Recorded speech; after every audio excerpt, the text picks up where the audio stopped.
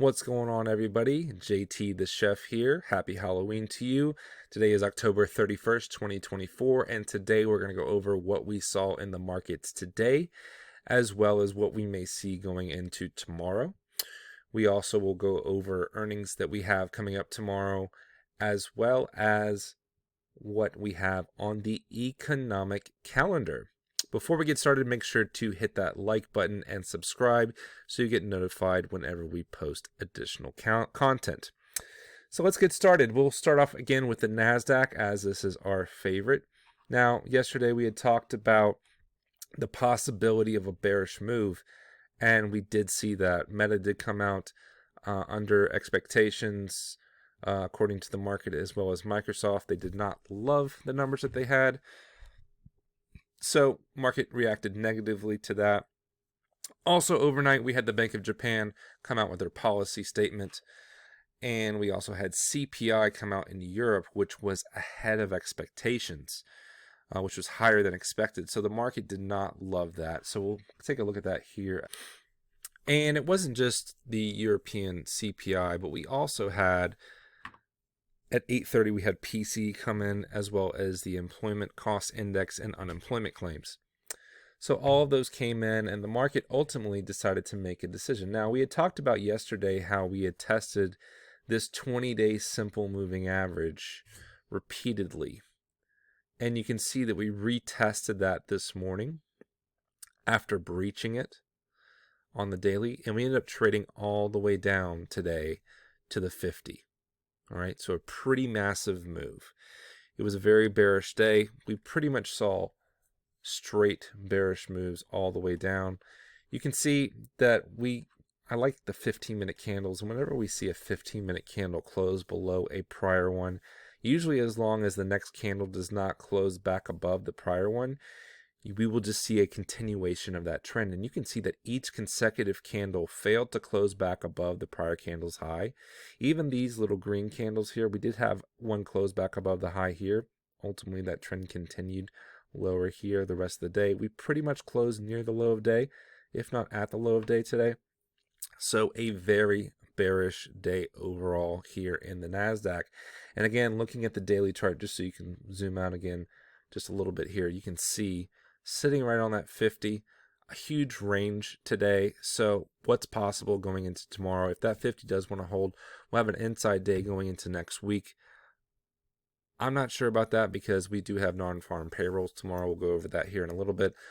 And that usually moves the market in a pretty massive way. All right. But that's the NASDAQ. Let's take a look at ES, the E-mini futures. And today, same thing. Yesterday, we talked about a bearish pattern starting to set up, and we had follow through with that today. We actually closed below the 50 today. So really, a lot of bearish momentum now here as well. If you look at it here again on the intraday basis, same scenario set up. You can see pre-market. This was yesterday where we closed below that 20. And today we just kind of continued to trade lower throughout the day. Pretty aggressive. Again, 15-minute candles, as you can see here. Let's throw on the opening range here. Just sorry, forgot about that. Let's take a look at that here. We need this one right here. So here we have the open. And you can see that we just traded all the way down from the open. Really, if you just sold the open today, you made money. Really worked out. So we traded all the way down to the 50. You can see we kind of hovered above that and then ultimately flushed beneath that and closed below it at the end of the day today. So that, again, also looking very bearish.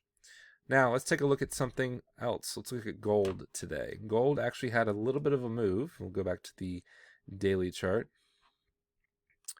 And we talked about it being important that it needs to push over that 2800 level, and today we failed to do that. Now, we also talked about how we had some downside areas that we wanted to target, which was previous areas where the market had valued price. And you can see we have these previous untested opening ranges from the past, and you can see we pushed all the way down to a prior one that we had back on Friday the 25th. We got a nice little bounce off of that. We also have the 10-day simple moving average also listed right here. So ultimately, prices started now to hover above that. Looking at gold trying to hover back above the Globex open here, pushing into tomorrow. Again, NFP tomorrow usually moves gold in a pretty big way, so we'll see how that works out. With such a wide range today, pretty massive range here for gold. The high today was 28.01 all the way down to, high was 28.01.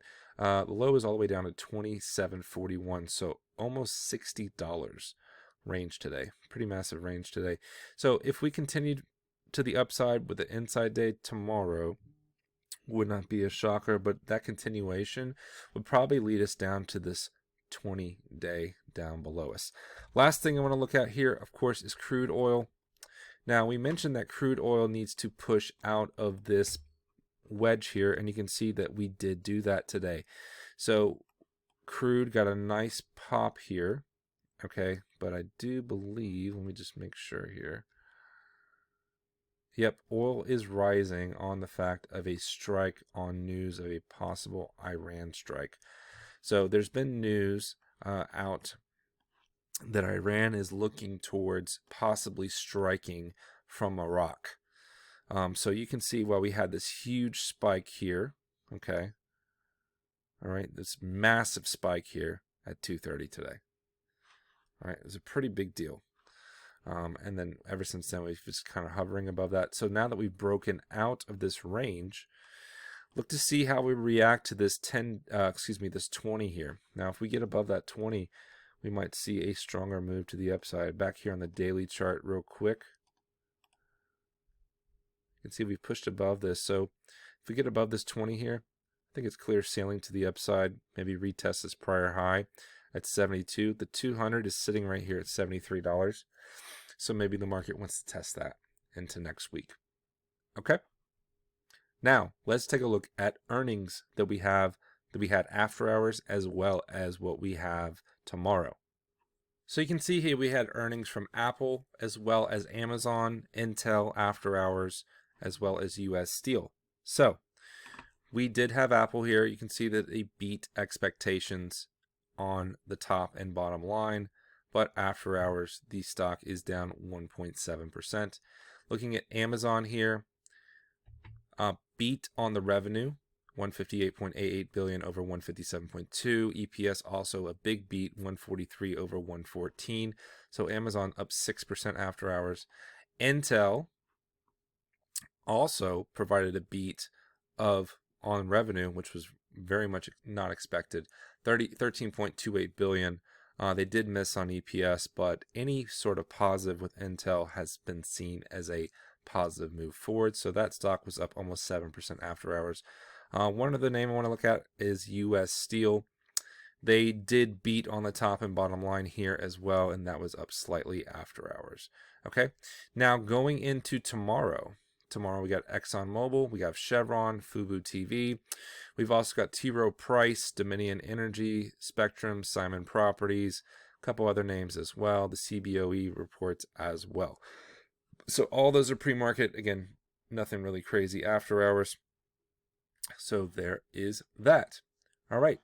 Now let's take a look at forexfactory.com. This is our great website. Again, today we did have the Bank of Japan news conference in the after hours, the pre-market this morning.